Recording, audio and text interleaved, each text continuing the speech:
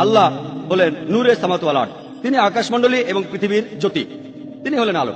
পবিত্র কোরআনের এই জ্যোতি শব্দটার অর্থ হলো প্রতিবিম্বিত আলো, ধার করা আলো। অর্থাৎ সে প্রশ্ন করেছে আল্লাহরও ধার করা আলো আছে কিনা। এই আয়াতে বাক্যাংশটা পড়লেই উত্তরটা পাওয়া যাবে। বলা আছে তাহার জ্যোতি যেন একটি দীপাধার, যার মধ্যে আছে একটি প্রদীপ, একটি প্রদীপের নিজস্ব আলো থাকে। এর অর্থ আল্লাহর নিজেরই আলো রয়েছে, আর তিনি নিজেই নিজের আলো হয়ে প্রতিবিম্বিত হচ্ছেন। আল্লাহ সুবহানাহু ওয়া তাআলা তার নিজের আলোকে আবার নিজেই প্রতিবিম্বিত করছেন। যেমন হ্যালোজেন বাল্ব যেগুলো এখানে দেখছেন, এর মধ্যে একটা টিউব আছে। এই ল্যাম্পটাকে আপনারা বলতে পারেন সিরাজ, ওয়াহাজ বা দিয়া, আর এর রিফ্লেক্টর হলো মুনির অথবা নূর, ধার করা আলো, প্রতিবিম্বিত আলো। আর তারপরে এখানে যে আলোর কথা বলা হচ্ছে এটা সত্যিকারের কোনো আলো নয়, এটা আল্লাহ সুবহানাহু ওয়া তাআলার আধ্যাত্মিক আলো।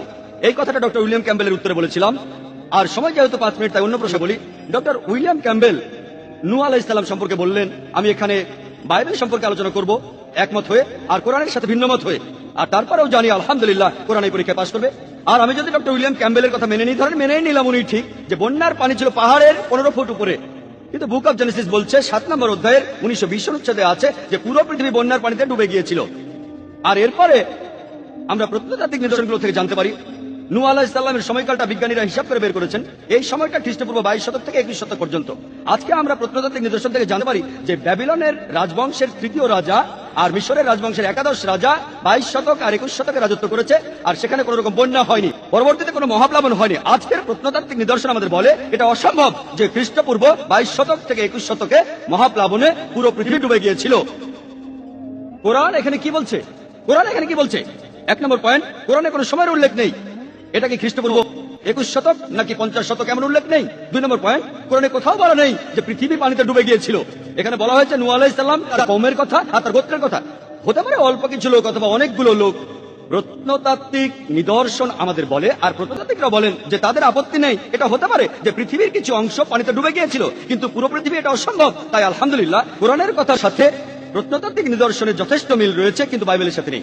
এছাড়াও বাইবেলে আছে জেনেসিসের 6 নম্বর অধ্যায় 15 ও 16 অনুচ্ছেদে। এখানে সৃষ্টিকর্তা নূহ আলাইহিস সালামকে বলছেন তুমি একটা নৌকা বানাও। নৌকার মাপটা দেওয়া আছে 300 কিউবিট লম্বা, 50 কিউবিট চওড়া আর 30 কিউবিট উঁচু। 1 কিউবিট মানে 1.5 ফিট। ভাই এটা ভুল বলেছিলেন, এটা হলো 1.5 ফিট। আর নতুন ইন্টারন্যাশনাল ভার্সনে আছে 450 ফিট লম্বা আর 75 ফিট চওড়া আর আনুমানিক 45 ফিট উঁচু। উচ্চতা হলো 30 কিউবিট। আমি এই নৌকাটা ঘনত্ব হিসেব করে বের করেছি।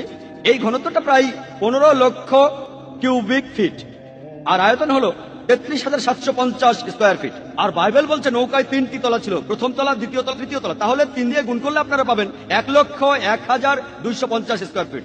এই হলো আয়তন। চিন্তা করেন, পৃথিবীর প্রত্যেকটা প্রাণীর এক জোড়া করে সেই নৌকায় উঠেছিল 1,01,250 স্কয়ার ফিট। চিন্তা করেন, এটা কি সম্ভব? পৃথিবীতে লক্ষ লক্ষ প্রাণী আছে। আমি যদি বলি এই অডিটোরিয়ামে আজকে 10 লক্ষ মানুষ আছে, বিশ্বাস করবেন? আমার মনে আছে গত বছরের কথা, কেরালাতে একটা লেকচার দিয়েছিলাম, 10 লক্ষ লোক এসেছিল। সেটাই ছিল আমার সবচেয়ে বড় সমাবেশ। আলহামদুলিল্লাহ, আল্লাহ সবকিছু করেন। 10 লক্ষ মানুষ। আমি মানুষজনের শেষটা দেখি নাই। সেটা কোনো অডিটোরিয়ামে হয়নি, হয়েছিল একটা বড় বিচে। সবাইকে দেখতে পাচ্ছিলাম না, শুধু সামনে একজনকে দেখছিলাম, কয়েকজনকে দেখছিলাম, যেখানে ছিল 10 লক্ষ মানুষ। আপনারা ভিডিও ক্যাসেট দেখলে বুঝতে পারবেন 10 লক্ষ আসলে কত বিশাল। যেমন ধরুন আরাফাতের ময়দানে হজের সময় 25 লক্ষ লোক একত্রিত হয়, কিন্তু 1,01,250 স্কয়ার ফিটের মধ্যে, অর্থাৎ 45,000 কিউবিটের মধ্যে এটা কোনোভাবেই সম্ভব না। আর এভাবে সবাই 40 দিন সেখানে ছিল, খাচ্ছে, প্রকৃতিটাকে সাড়া দিচ্ছে। আমি যদি বলি এখানে 10 লক্ষ মানুষ আছে, বিশ্বাস করবেন? তাই নিরপেক্ষভাবে এটা বলতে গেলে বাইবেলের মধ্যে বেশ কিছু বৈজ্ঞানিক ভুল আছে।